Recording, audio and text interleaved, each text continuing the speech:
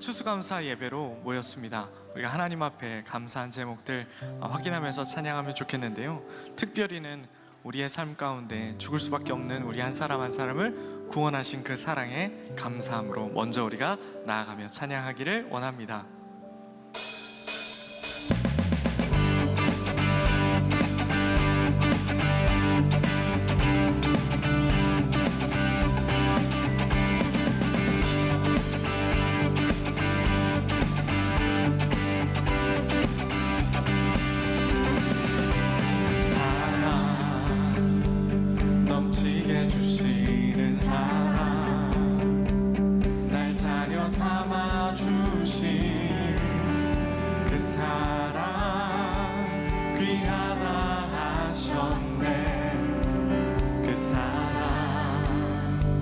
세상이 본 적 없네.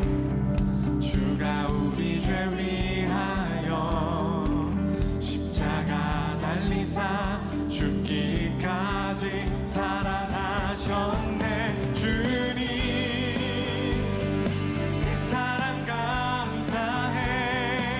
날 위해 십자가 달리신 주의 그 사랑 감사해. 자녀 삼으신 주님 택하심 감사해. 날 자녀 삼으신 주님 오 예수님 찬양하리 영원토록. 그 사랑 감사해. 주님의 사랑은 우리의 당연한 권리가 아니라 주님의 호의인 줄 믿습니다. 사랑 넘치게 주시는 사랑, 날 자녀 삼아 주신 그 사랑 귀하다 하셨네. 그 사랑 세상이 본 적 없네. 주가 우리 죄 위하여 십자가 달리사 죽기까지 사랑하셨네.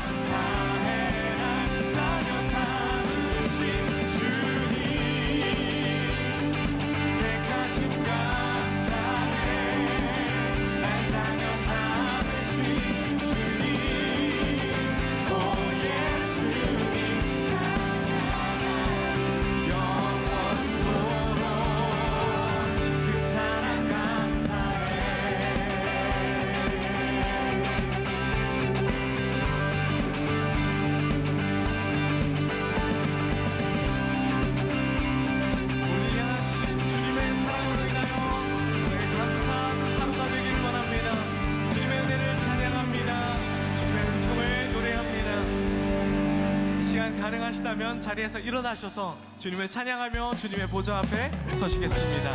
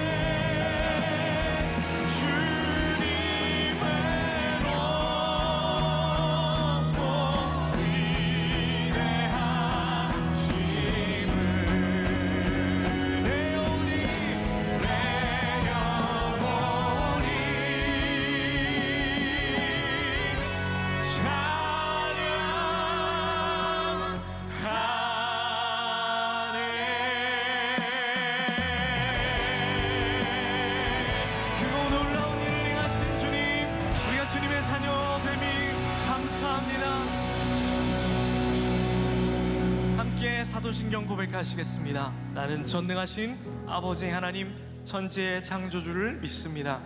나는 그의 유일하신 아들 우리 주 예수 그리스도를 믿습니다. 그는 성령으로 잉태되어 동정녀 마리아에게서 나시고 본디오 빌라도에게 고난을 받아 십자가에 못 박혀 죽으시고 장사된 지 사흘 만에 죽은 자 가운데서 다시 살아나셨으며 하늘에 오르시어 전능하신 아버지 하나님 우편에 앉아 계시다가 거기로부터 살아있는 자와 죽은 자를 심판하러 오십니다. 나는 성령을 믿으며 거룩한 공교회와 성도의 교제와 죄를 용서받는 것과 몸의 부활과 영생을 믿습니다. 아멘. 다 자리에 앉으시겠습니다.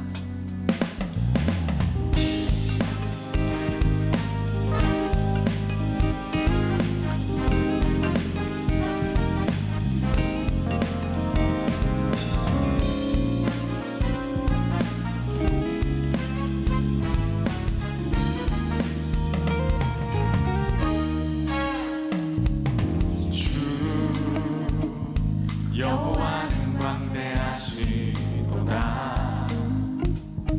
그 거룩한 하나님 성에서 찬양할지어다.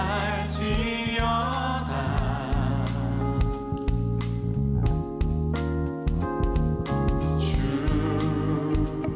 승리 우리에게 주셨도다. 모든 원수 물리치셨네. 엎드려 절하세.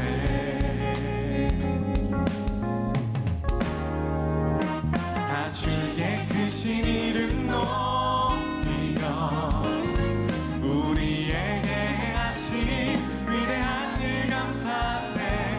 오 주의 신실하신 그 사랑 온 땅과 하늘 위에 계셔 홀로 영원하신 이름. 여기까지 인도하여 주신 주님의 은혜에 감사합니다. 다시 한번 주 여호와는 여호와는 관대하시도다. 그 거룩한 하나님 성에서 찬양할지어다.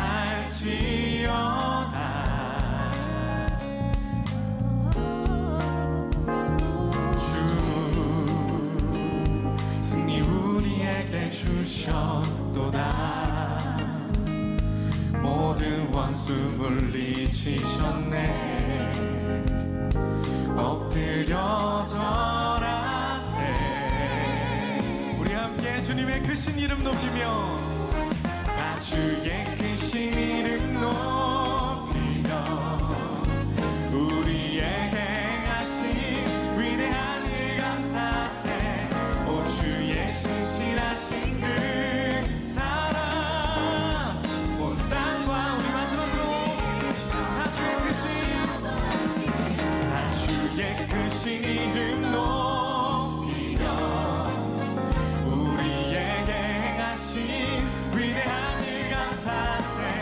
오 주의 신실 신실하신 그 사랑 온 땅과 하늘 위에 계셔 홀로 온 땅과 하늘 위에 계셔 홀로 영원하신 온 땅과 하늘 위에 계셔 홀로 영원하신 이름 우리 삶에 행한 주님의 놀라우신 일들을 노래합니다. 다 주의 크신 이름 높이며 우리에게 행하신 위대한 일 감사하세 오 주의 신실하신 그 사랑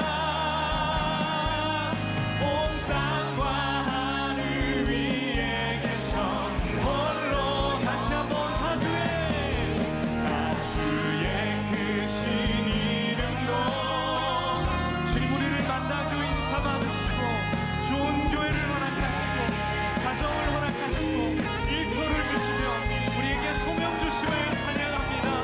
우리가 감사하며 감사를 선택하는 주의 아름다운 그리스도인들로 살아가기를 소원합니다. 땅과 하늘 위에 우리 마지막으로는 우리 두 손 높이 들고 찬양할까요?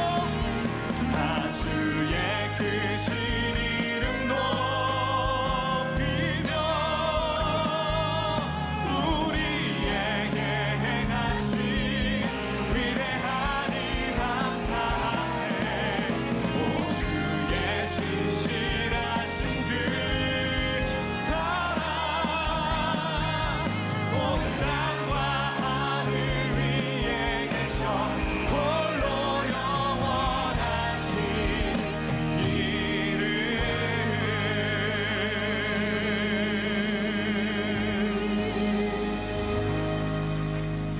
주님께 감사하는 마음으로 추수감사절 예배로 하나님 앞에 드릴 수 있어서 주님 행복하고 또 주님의 은혜라고 고백합니다. 죽을 수밖에 없는 하나님 우리들을 불러주시고 좋은 교회 주시고 가정 가운데 있게 하시고 또 하나님 일터에서 주의 복을 전하며 살 수 있는 특권을 주셔서 감사합니다. 이 땅을 잠깐 살더라도 갈 곳이 있어서 감사합니다. 하나님 우리가 하나님 본향을 향해 하나님을 향해 순례하는 귀한 하나님 예배자임을 또 순례자임을 기억하며 이 땅 가운데 살아가게 하시고 특별히 삶 가운데에서 감사의 제목들을 하나님 많이 발견케 하여 주셔서 하나님께서 우리의 삶에 어떠한 놀라운 일들을 행하셨는지 돌아보게 하여 주시옵소서. 하나님의 질서 가운데서 오늘도 은혜로 노래하는 귀한 날이 되기를 원하오며 사랑 많으신 우리 주 예수 그리스도의 이름으로 기도하였습니다. 아멘.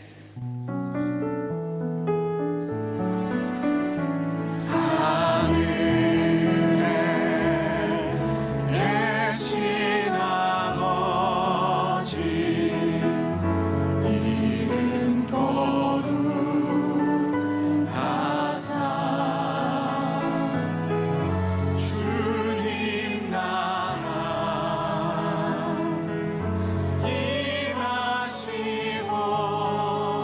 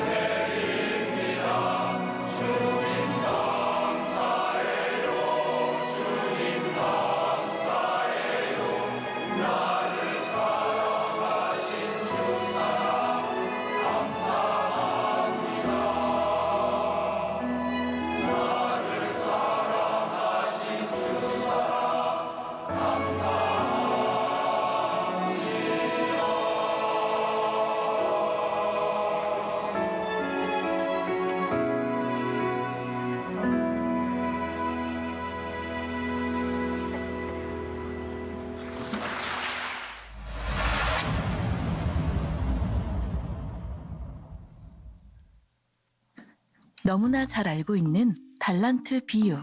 그런데 누가는 문화라는 화폐 단위를 사용해 예수님의 비유를 기록했습니다. 여기에 비유의 내용에 담긴 역사적 배경이 추가되어 있죠. 왕위를 받기 위해 떠난 주인과 그를 반대하는 백성의 이야기는 당시 모든 사람들이 알고 있던 실제 역사, BC 4년 헤롯 아켈라오의 이야기였습니다.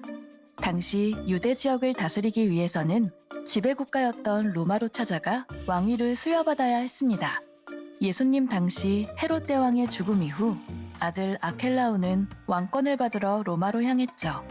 그러나 베들레헴 지역 남자아기 살해를 지시한 헤롯 대왕의 잔인함을 기억하던 유대인들은 아켈라오를 거부하기 위해 로마로 자신들의 지도자들을 보냈죠. 수많은 고민 끝에 로마 황제는 아켈라오를 왕으로 인정합니다. 로마에서 왕위를 받아 돌아온 아켈라오는 여전히 자신을 반대하는 유대인들의 폭동을 진압하기 위해 군대를 동원해 3천여 명을 죽였죠. 이 복수의 이야기는 유대인들에게 결코 잊혀질 수 없는 사건이 되었습니다. 예수님은 유대인들이 알고 있던 배경과 내용을 말씀하십니다. 먼 나라로 왕위를 받으러 떠나는 주인은 아켈라오를, 반대하는 백성들은 아켈라오에 반대하던 유대민족으로 말이죠. 그러나 그 초점은 주인과 백성이 아닌 주인과 종들에 맞춰져 있습니다. 이처럼 익숙한 배경과 내용의 결말을 바꾸는 건 예수님의 비유가 가지고 있는 특징입니다. 누구나 알고 있고 연상할 수 있는 일반적인 내용을 활용하시는 데 익숙하셨죠. 다만 그 비유의 결론은 언제나 세상에 없었고 상상하지도 못했던 하나님의 나라였습니다. 아픈 역사를 떠올리게 한 예수님의 비유는 사람들에게 두 가지 선택지를 주었습니다. 상처와 슬픔, 고통으로 점철된 기억을 떠올리며 예수님이 제시하시는 하나님의 나라를 거부하거나 문화를 맡긴 종들을 믿는 신실한 주인이 다스리시는 새로운 하나님의 나라를 기대할 수도 있었죠. 세상적인 주인은 왕위를 받고 그에 반대하는 백성들을 학살로 결산했지만 진정한 주인은 왕위를 받은 후 자신의 종들의 태도와 열매를 결산했습니다. 이제 선택의 시간입니다. 주인이 떠나며 맡긴 문화를 어디에, 어떻게 써야 할까요?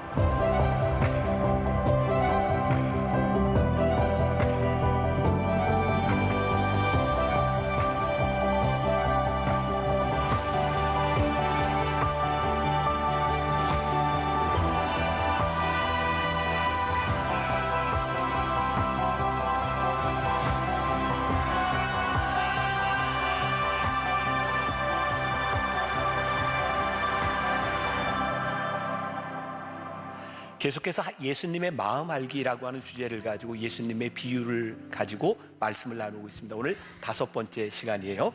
얼마를 남겼느냐, 얼마나 신실했느냐, 요 주제를 가지고 말씀을 나누게 되는데, 제가 어제도 말씀을 전하면서 그런 생각을 하게 되었어요. 예수님의 비유를 통해서 우리들이 예수님의 마음을 알아가는 것도 굉장히 중요하고, 우리들이 이렇게 설교를 들을 때 12주 동안 성경에 대한 지식을 공부할 수 있는 시간이 그렇게 많지 않은데, 요 예수님의 비유 시리즈에는 우리들이 많은 지식을 또 배울 수 있는 그런 시간입니다. 그래서 12주 동안 여러분들이 공부한다는 마음을 가지고 이 말씀을 잘 듣고 익혀도 좋겠다는 생각이 듭니다. 공부할 준비들 되셨죠? 네, 된 줄 알고 제가 시작할게요. 자, 오늘 비유의 말씀을 이렇게 시작하기 전에 저에게 그런 생각이 들었습니다. 우리들이 신앙생활을 하면서 우리 많은 오류들을 가지고 있구나. 그 중에 하나가 오늘 말씀에서 다루게 될 주제 가운데 하나예요. 어떤 오류냐면, 우리는 신앙생활을 하면서 늘 성과주의에 집착할 때가 많이 있는 것 같아요. 우리가 얼마나 많은 걸 남겼지? 근데 여러분들뿐만 아니라 목회자들도, 그러니까 어떤 목회자들 모임에 가서 처음 많은 목사님들 이렇게 인사를 하다 보면 계속 궁금한 게 있어요. 말은 못하지만 혹시 교인이 몇 명이나 되죠? 그리고 그것 가지고도 안 풀리면 1년 예산은 얼마나 되나요? 요걸 좀 알아야 그렇구나 라고 생각하게 되는 경우들이죠. 언제부터인가 우리들의 신앙, 우리들의 삶에 얼마만큼을 이뤘느냐라는 성과가 우리들의 삶을 지배할 때가 많은데, 오늘 말씀이 주제입니다. 하나님은 우리들에게 성과를 물으시는 분이 아니라 우리들의 삶의 성실성에 대하여 묻고 계시는 분이다. 오늘 비유는 거기에 초점이 있습니다. 오늘 비유를 제대로 이해하기 위해서 우리들이 공부해야 될 것이 있는데, 오늘 이 열 문화의 비유는 여러분들이 또 그동안 신앙생활을 하면서 많이 들어보지 못했을 수도 있어요. 왜냐면 오늘 비유가 뭐하고 좀 비슷한가요? 어떤 비유하고? 마태복음 25장에 나와 있는 달란트 비유하고 조금 비슷하지 않나요? 아무 생각 없이 말씀을 또 들으셨어요? 굉장히 비슷해요. 그런데 이 비슷함 때문에 이 본문을 잘 택하여 이렇게 설교를 하지 않습니다. 왜냐하면 달란트 비유의 아류쯤으로 생각하기 때문이에요. 근데 그렇게 보는 것은 이 비유를 굉장히 잘못 보는 거고요. 그 달란트 비유와 이 문화의 비유의 차이가 무엇인가? 제가 어제 설교하면서 이야기를 했더니 예배팀에서 그냥 도표를 만들어줘서 오늘은 이렇게 여러분들에게 설명을 드려요.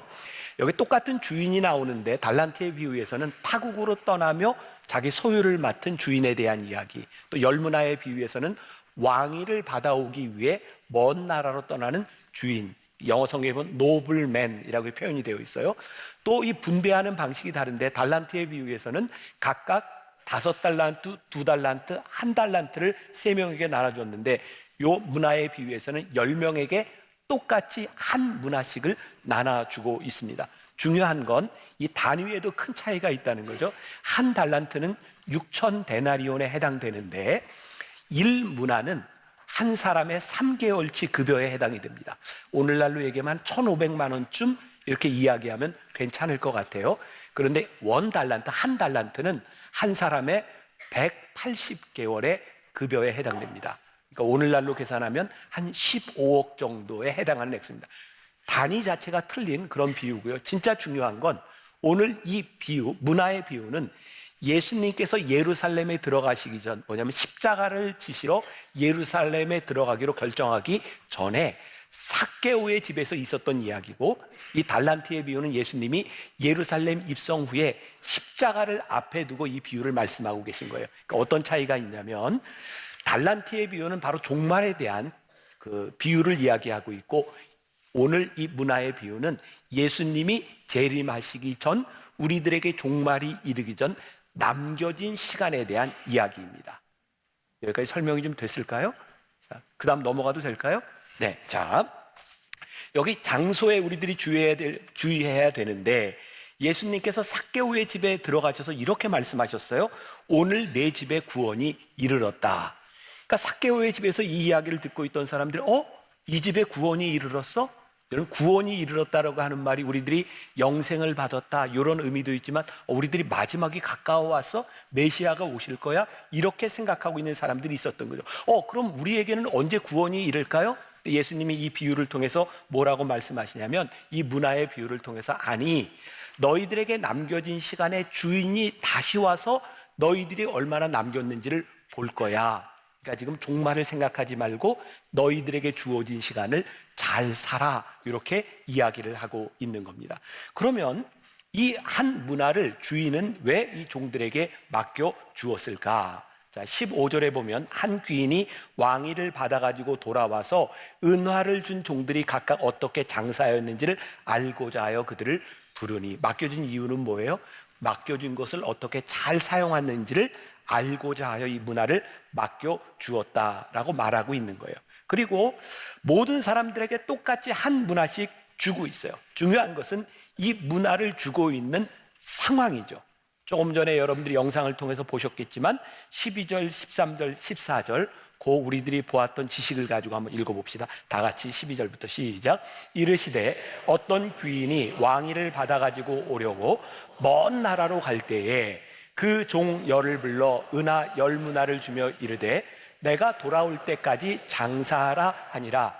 그런데 그 백성이 그를 미워하여 사자를 뒤로 보내어 이르되 우리는 이 사람이 우리의 왕됨을 원하지 아니하나이다 하였더라. 자, 어떤 상황이에요? 어떤 귀인, 노블맨, 귀족을 이렇게 보내는데, 왕위를 받아가지고 오도록 보내는데, 그곳에 있는 백성들이 그걸 원치 않아서 어떤 일까지 벌어졌냐면 그 큰 왕에게 다른 왕을 좀 보내달라, 이렇게 얘기하는 상황이에요. 지금 어떤 비유인지 그려지죠? 하나님께서 예수 그리스도를 우리들에게 메시아로 보내주셨는데 세상 사람들이 그거를 원하지 않았다. 자, NIV 영어 성경에 보니까 but his subject hated him 이렇게 되어 있어요. 단순히 싫어했다 정도가 아니라 그를 증오했다, 미워했다. 그러니까 지금 그 왕위를 받아가지고 올 사람들을 증오하고 있는 이 상황 가운데서 종들이 문화를 가지고 그걸 장사를 한다. 어떤 말일까요? 미워하는 사람, 죽이려고 하는 사람들의 종이니 이들이 이 돈을 가지고 장사를 할 때 사람들이 핍박하지 않았을까, 박해를 받지 않았을까, 그런 상황을 이야기하고 있는 거예요. 바로 이런 상황 가운데서 주인이 없는 동안 너희는 주인을 신실하게 믿으며 어떻게 장사하며 어떻게 살아갔는가 대입을 해볼 수 있겠죠. 우리들이 살아가는 이 세상에 우리들이 예수를 믿고 주님을 주로 고백하고 있는 이 삶 가운데서 세상 사람들이 그걸 미워해요. 주님을 받아들이지 않아요. 그런 상황 가운데서 우리들이 주님의 신실한 종으로 살아간다고 하는 것, 이것은 어떤 의미이겠는가? 자, 오늘 이 말씀은 이 돈에 대한 문화에 대한 이야기지만 자본주의적인 관점에서 이 비유를 보면 우리들이 이해할 수 없어요. 그냥 자본주의적인 관점이 아니라 신앙적 관점에서 얼마나 성실했느냐를 우리들에게 묻고 계신 거예요. 그리고 10문화를 남기고 5문화를 남긴 사람들에게 호의호식하도록 어떤 물질을 축복으로 주시는 것이 아니라 큰 책임을 맡겨주는 그런 이야기이기도 합니다. 자, 다시 이야기합니다. 자본주의적인 프레임으로 이 비유를 보지 말아라. 중동의 눈으로 본 예수라는 책에서 이 비유에 대하여 이렇게 설명을 하고 있습니다. 제가 조금 읽어드릴게요. 원수들을 두려워하지 말고 그들의 주인이 곧 미래의 주인공이 되리라고 확신하면서 주인이 준 자원을 활용하여 이 주인의 종이라는 것을 온 천하에 드러내며 담대하게 살아라, 이런 의미이고, 또 얼마나 벌었느냐가 아니라 얼마나 많은 거래를 했느냐는 질문은 주인이 자리를 비운 위험한 시기에 종이 주인에게 얼만큼 공개적인 충성을 했느냐를 묻는 것이다. 오늘 본문 15절에 어떻게 장사하였는지 알고자 하여, 이 말이 원어의 뜻에 보면 이런 의미예요. 얼마나 많은 거래를 했는지 알고자 하여. 이게 무슨 말일까요? 단순히 얼마나 많이 벌었느냐를 알고자 한다면 너 번 거 다 가져와, 그거 셈을 하면 됩니다. 그렇게 하지 않는다는 거예요. 이 돈을 가지고 네가 얼마나 많은 거래를 했느냐, 이 거래를 하면서 네가 나의 종이라는 것이 명백하게 밝혀질 텐데 너는 그 상황 가운데서 이렇게 거래를 하며 네가 나의 종인 것을 명백하게 드러냈느냐를 이야기하는 거죠. 만일 이 주인에 대한 신실한 믿음, 주인이 왕이 되어 오시리라고 하는 믿음이 없는 사람이었다면 이 상황 가운데서 눈치를 보지 않았을까요? 오늘 말씀 보니까 이 사람이 왕됨을 싫어하는 사람들이 다른 왕을 요청했다고 하니 다른 왕이 오면 어떡할 거예요? 아마 눈치를 보면서 아무것도 하지 아니하고 그 상황을 보지 않았을까? 자, 오늘 주인의 의도는 무엇이었을까? 오늘 17절에 한 문화를 가지고 10문화를 남긴 사람에 대하여 주인이 이렇게 칭찬합니다. 주인이 이르되 잘하였다, 착한 종이요, 내가 지극히 작은 것에 충성하였으니 10고을 권세를 차지하라 하고, 5문화를 남긴 사람에게는 5고을을 차지하라 하고, 그 영어 성경에 보면 이렇게 표현이 되어 있어요. Take charge of 10 cities, 5 cities, take charge of, 이렇게 되어 있어요. 이게 차지하라라고 하는 의미도 있지만 그 고을을 다스리는 책임을 준다라는 의미가 있습니다. 단순히 여기에서 10고을을 더 차지하라고 하는 것은 부와 명예를 이야기하는 것이 아니라 더 큰 책임을 너에게 맡겨주리라, 지금 이 말을 하고 있는 거예요. 우리들에게 일이 맡겨진다고 하는 것이 복이구나, 저에게 그런 생각이 들었어요. 오늘 이 말씀 가운데 우리들에게 맡겨진 일들 가운데 지금 아무도 보고 있지 않는 것 같지만 주인이 와서 우리들에게 맡겨진 문화를 가지고 우리들에게 계수할 때 내가 너에게 10고을을 더 맡긴다 라고 하는 것이 우리의 인생의 복이다. 저는 오늘 혹시 여러분들 가운데 신앙생활을 하면서 여러분들의 일상 가운데 왜 나에게 일복이 터졌을까? 왜 나에게 이렇게 과중한 일들이 맡겨질까라고 생각하는 것들을 다른 관점으로 보았으면 좋겠다. 우리가 얼마나 성실하게 우리의 인생을 살아가고 있는가? 문제는 10고을과 5고을을 더 이렇게 맡겨진 그 축복에 대한 것이 문제가 아니라 문제는 세 번째 종이 문제인 거죠. 21절과 22절 같이 한번 봉독해 보겠습니다. 시작. 이는 당신이 엄한 사람인 것을 내가 무서워함이라. 당신은 두지 않은 것을 취하고 심지 않은 것을 거두나이다. 주인이 이르되 악한 종아, 내가 내 말로 너를 심판하노니 너는 내가 두지 않은 것을 취하고 심지 않은 것을 거두는 엄한 사람인 줄로 알았느냐. 한 문화를 가지고 있던 사람들이 아무것도 하지 않고 한 문화를 수번에 쌌다가 주인에게 가져온 거예요. 이 사람은 너무 불성실한 사람이었어요. 왜 이 사람은 불성실했을까? 그는 주인이 어떤 사람인지에 대한 오해를 가지고 있었고 주인이 어떤 사람인지를 잘 알지 못하니까 그 사람은 불성실했어요. 우리의 신앙에 굉장히 중요한 문제가 있다. 하나님에 대한 지식, 우리들이 하나님을 올바로 알지 못하면 우리들이 신앙인으로서, 믿음이 있는 사람으로서 우리들이 충성스러운 삶을 살 수 없을 것 같아요. 여러분, 열심히 사는 것과 충성스러운 삶을 사는 것은 다른 차원의 문제일 것 같아요. 제가 또 이제 목사님들한테 그런 얘기해서 우리 요 몇 년 사이에 새로운 목사님들이 많아졌기 때문에 기본적으로 목회자들이 신앙의 바탕을 둔 건 본인의 문제고, 만나교회에서 사역을 하는 데 있어서 어떻게 하면 사역을 잘 할 수 있을까? 제가 이런 얘기를 했어요.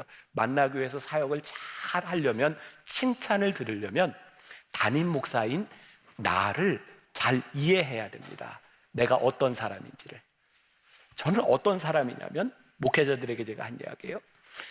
제가 이제 나이가 들고 목회를 오래 하다 보니까 많은 사람들이 저를 어려워하기도 하고 저한테 이렇게 뭔가를 잘 보이려고 하는 경향이 있어요. 제가 이렇게 얘기를 합니다. 저는 목회자들을, 목사님들을 볼 때 나한테 얼마나 잘하는가, 나에게 얼마나 포장되어 나에게 보고를 하는가, 그것보다 나는 목회자들에게 맡겨진 교인들을 얼마나 잘 목양하는지, 그게 내가 보는 기준입니다. 제가 목회자들을 보는 기준은 나에게 잘하는가에 대한 문제가 아니라 교인들에게 얼마나 좋은 목회자가 되는가, 그게 나의 기준입니다. 그러면 제가 볼 때 성실함의 기준은 무엇일까요? 목회자들이 교인들을 향해 잘 목양하는 사람이 되는 거죠. 이 불성실한 종, 그는 주인에 대한 이해를 잘못하고 있었기 때문에 그는 성실한 삶을 살아가지 못했던 거예요. 신실함과 불리함의 차이는 무엇일까요? 신실함은 주인을 믿는 믿음으로 인해서 주님이 원하시는 일을 하는 거고, 불리함은 자신의 마음대로 주인을 판단하는 것이죠. 오늘 여러분들에게 그런 도전을 드릴 수 있을 것 같아요. 여러분들의 신앙의 성실함, 그것은 여러분들의 열심입니까? 아니면 하나님의 마음을 아는 그 믿음과 신실함으로 우리들이 살아가고 있는 겁니까? 이 세 번째 종의 문제, 악한 종은 악한 일을 했기 때문이 아니라 그가 신실하지 않았기 때문에 문제라는 거예요. 이런 예를 들 수 있을 것 같아요. 여러분들이 오늘 여기서 추수감사절 예배를 드리고 있어요. 말씀을 들어요. 찬양도 했어요. 저는 오늘 장로님들 감사해요. 그 찬양을 듣는데 그냥 은혜가 되었어요. 근데 여러분들 혹시 예배를 드리고 말씀을 듣고 기도하면서 속으로 내가 오늘 예배 마치면 내가 나가서 나쁜 일을 좀 할 거야, 혹시 이런 계획하고 있는 분 계세요? 우리 중에 그런 사람 아무도 없습니다. 우리들이 하나님을 믿으면서 우리들이 악한 일을 계획하는 것이 문제가 아니라 성실하지 않은 것이 문제라는 거예요. 신실하지 않은 것이 문제라는 거예요. 오늘 이 열문화의 비유에 나오는 이 세 번째 종의 문제, 그가 악한 일을 했다고 기록하지 않습니다. 근데 그는 신실하지 않았던 거예요. 제가 새벽에 이렇게 썼어요. 이 악한 종은 질책을 받았기 때문에 불행한 것이 아니라 불성실한 그의 삶이 불행한 것입니다. 여러분, 우리가 마지막에 하나님 앞에 심판대에 섰을 때 심판을 받으며 우리들이 불행해지는 것이 아니라 우리들에게 주어진 삶을 성실하게 신실하게 살아가지 못하는 것이 우리의 인생의 불행이라는 말이에요. 우리들의 삶의 가장 큰 축복, 하나님이 우리를 부르신 삶에 얼마나 모험적인 삶을 살아가는가. 저는 이 모험적이라는 말을 참 좋아하거든요. 왜냐하면 하나님이 제 가슴을 뛰게 하셨을 때 저는 모험적인 삶을 살기 위해서 제 발걸음을 내디뎠기 때문에, 여러분들이 하나님을 믿는 믿음과 신실함 때문에 여러분들이 모험적 인생을 살 수 있는 발걸음을 여러분들이 내딛는가. 경제에서 그런 말을 하죠. 리스크 태스킹이라는 말이에요. 하이 리스크, 하이 리턴이라는 말을 합니다. 우리들이 뭔가 이익을 얻기 위해서 확신이 있을 때는 리스크를 감수하는 겁니다. 그리고 리스크가 클수록 우리들이 얻을 수 있는 이득이 큰 겁니다. 하나님을 믿는 그 믿음과 신실함, 하나님에 대한 믿음이 있기 때문에 기꺼이 우리들이 발걸음을 내딜 수 있는 리스크를 우리들이 감당하는 것. 만일 우리들의 삶에 이 모험적인 삶이 사라졌다면 우리 예수를 믿으면서 참 불행한 사람이라는 생각이 들어요. 이 말씀 묵상을 하던 묵상팀에서 어떤 청년이 저에게 이런 글을 올려줬어요. 주인은 얼마나 이득을 남겼는지 하는 결과에 초점을 둔 것이 아니라 무엇이라도 해보려고 시도했는지를 중점으로 봤다고 생각한다. 그래서 나는 이번 말씀을 묵상하며 주인의 말에 충성한 종들을 보며 리스크를 진다는 것에 대한 생각해 보았다.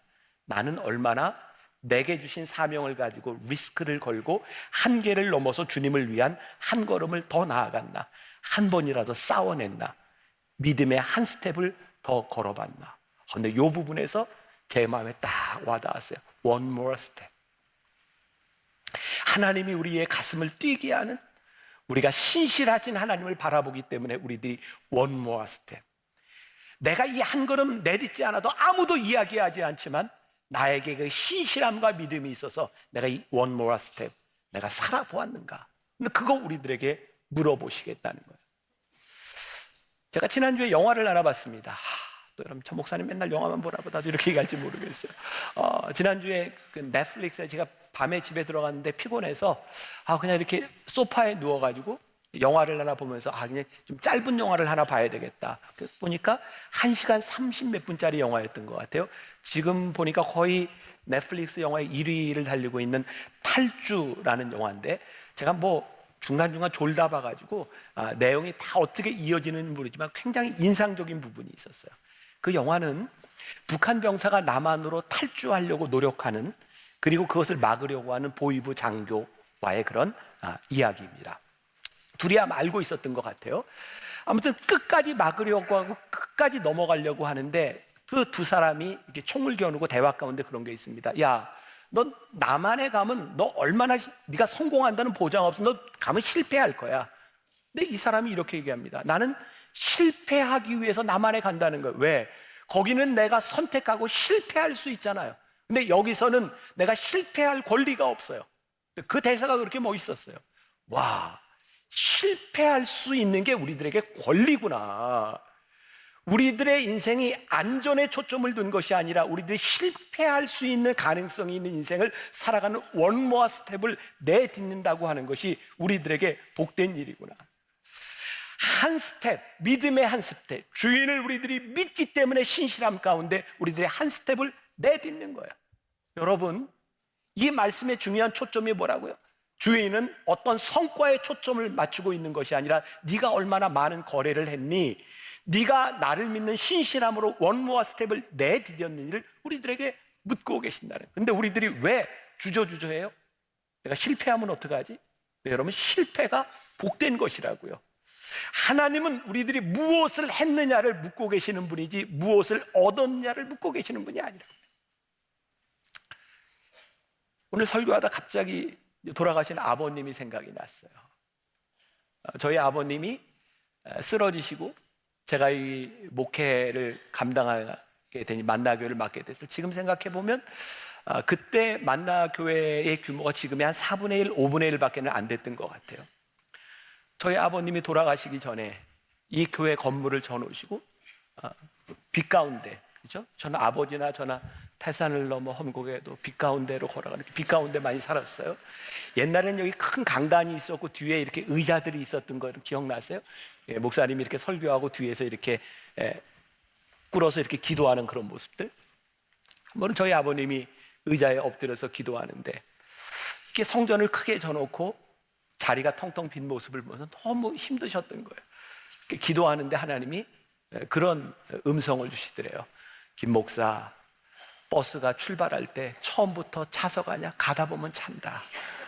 근데 그 말이 그렇게 위로가 되었다는 거예요. 만일 우리 아버님이 돌아가실 때까지 이 교회의 빚을 갚지 못하고 이 예배당이 텅텅 비었기 때문에 실패라고 생각한다면 그건 실패한 인생이겠죠. 근데 보니까 하나님은 그 시간들을 통하여 오늘 우리들이 여기에서 예배할 수 있는 믿음의 공동체를 만들어 주신 거예요. One more step. 그것은 얼마나 많은 사람들이 모였느냐에 있는 것이 아니라 그때의 믿음과 신실함으로 한 스텝을 디뎠는가, 그리고 우리의 다음 세대를 통하여 그 일들이 이루어지고 있는가. 단순히 어떤 건물이나 사람이나 양에 대한 문제가 아니라 여러분들의 삶에 하나님을 믿는 신실함으로 여러분들이 그 발걸음을 내디뎠을 때 지금 중요한 것은 성과가 아니라 그 믿음이 우리들에게 있는가를 하나님이 묻고 계시다는 거예요. 굉장히 또 재밌는 표현이 있어요. 오늘 말씀 20절에 보니까 또 한 사람이 와서 이르되 주인이여 보소서 당신의 한 문화가 여기 있나이다. 내가 수건으로 쌓아 두었나이다. 이것도 당시의 팔레스타인의 풍습을 알면 굉장히 흥미로운 거예요.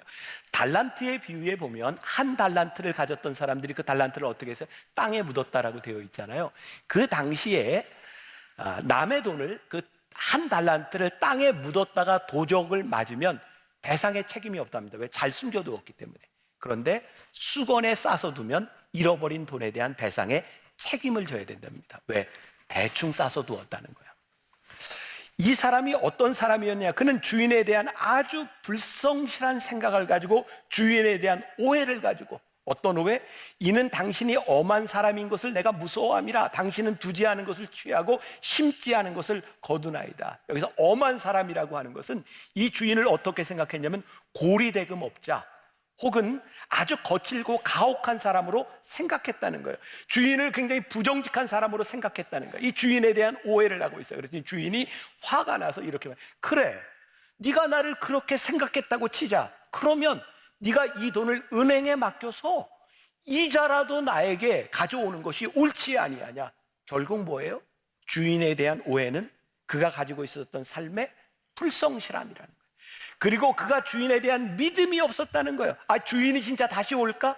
사람들이, 백성들이 다른 왕을 요청했는데 이 주인이 올까? 결국은 주인에 대한 믿음이 없음으로 인하여 그는 불성실하게 이 일을 하고 있다는 거예요. 오늘 이 비유가 우리들에게 주는 메시지가 무엇일까요? 주님께 대한 신실함. 주님께서 우리들에게 다시 오시리라고 하는 믿음에 대한 성실함이 오늘 우리로 하여금 어떻게 살아야 할지를 말씀하고 있는 거예요. 몇 주 전에 우리 교회 부목사님 중에 한 분이 설교를 하는데 제가 인상적인 예화를 하나 들었어요. 어린 시절에 형제가 같이 자라는데 부모님이 둘 다 이렇게 맞벌이를 하셨대요. 이게 형제들이 막 집에서 뭐 이제 다투기도 하고 뭐 싸우기도 하고 뭐 그런 일이 있을 텐데 엄마가 어쩌면 그렇게 잘못한 걸 귀신같이 아는지 전화를 한대요. 너희들 이거 잘못했지? 엄마 갈 테니까 침대 위에 올라서 손 들고 있어. 이걸 이제 어떻게 표현을 했냐면, 여러분들이 많이 들어보지 못했을지는 모르지만 우리 기독교가 가지고 있는 중요한 교리 중에 하나가 already, 이미 임한 하나님의 나라가 but not yet, 아직 우리들에게 오지 않았다. 하나님의 나라가 우리들에게 선포되었지만 아직 오지 않은 이 나라에서 우리들이 살아간다. 요 이야기를 형제가 이렇게 침대에서 두 손을 들고 이렇게 벌을 쓰다가 그런 생각을 했다. 아, 그렇구나. 엄마의 심판이 임했지만 아직은 이르지 않았구나. 요 시간 가운데 내가 무엇을 해야 될까? 엄마가 들어오면 우리를 때릴 몽둥이와 회초리를 숨겨놓거나 이러면서 already but not yet을 그렇게 이해했다는 거예요. 이 말씀이 그 말씀이에요. 내가 너희에게 다시 돌아오리라 말씀하셨는데 아직 오지 않았어요. 오늘 성경이 우리들에게 분명하게 말씀하고 있어요. 이게 이제 다음 주에도 다시 재림에 대한 이야기를 할 텐데, 하나님께서 우리들에게 다시 오리라 말씀하신 그 시간 가운데 우리들이 믿는 믿음으로 우리들이 어떻게 이 시간을 살아가게 되는가. 너희들이 이 시간을 살아갈 때 나를 나를 시기하고 미워하고 핍박하는 사람들로 인하여 너희들이 고난을 당할 수도 있다. 너희는 그러나 그 시간을 어떻게 살아갈 것이냐를 우리들에게 묻고 계신 거예요. 신실함이라고 하는 것은 어떤 것일까? 신실함은 우리들에게 무엇을 이야기하고 있는 것일까? 제가 10여 년 전에 남아프리카 공화국의 그 지역에 있는 그 선교사님들 위로회를 내러 갔던 적이 있어요. 그 당시에는 그게 한 15, 16년 전인 것 같아요. 제가 여기에서 우리 집에서 딱 출발해가지고 거기 수련회 장소까지 가는데 딱 46시간이 걸렸어요. 그러니까 몇 번 갈아타고 기다리고 이렇게 정말 힘들었어요. 가서 선교사님들 위로회를 하고 2박 3일 동안 같이 지내고 마지막 날 그 선교사님들, 사모님들이 눈물을 뚝뚝 흘리고 이런 얘기를 해요. 목사님 너무 감사해요. 뭐가 감사했냐면 파송하는 교회에서 우리를 보내놓고 파송교회 담임 목사님도 교인들도 우리를 한 번도 찾아오지 않았어요. 찾아오기에는 너무 먼 곳이었어요. 목사님 와서 우리를 위로하면서 우리들에게 주신 그 메시지가 내가 너희를 잊지 않았다. 내가 너희를 기억하고 있다. 그 메시지를 주신 것 같아서 너무 감사했어요. 저에게 이런 생각이 났어요. 우리들에게 주어진 이 삶 가운데 우리들이 성실하게 살아갈 때 주님께서 우리들에게 오셔서 분명히 말씀하시라는 거예요. 내가 너를 잊지 않았어. 내가 너와 함께하고 있어. 주님께서 우리들에게 이렇게 말씀하실 거예요. 그러면 신실함과 성실함이 뭘까요? 저는 그런 생각이 들어요. 이 신실함과 성실함이라고 하는 것은 우리들의 삶에서 주인이 어떤 분인지를 드러낼 수 있을 때 우리들이 성실한 거다. 우리는 주변에서 그런 경우들 많이 보잖아요. 나 예수님 믿는 사람입니다. 간증을 하는 사람도 보잖아요. 근데 그들이 예수를 믿는다고 신앙인이라고 고백을 하지만 그들에게서 하나님의 모습이 보이지 않아요.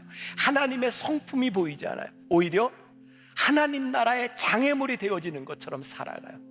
내가 예수님 믿습니다라고 얘기하지만 그것은 신실함이야. 진짜 신실함은 뭐라고요?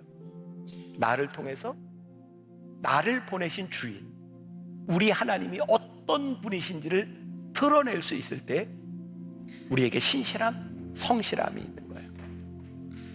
제가 얼마 전에 저와 가까이 있는 목사님을 통해서 제가 정말 들을 수 있는 최고의 칭찬을 들었어요. 근데 이 말을 제가 제 스스로 하기가 좀 뭐한데 할까요? 말 그냥 해요?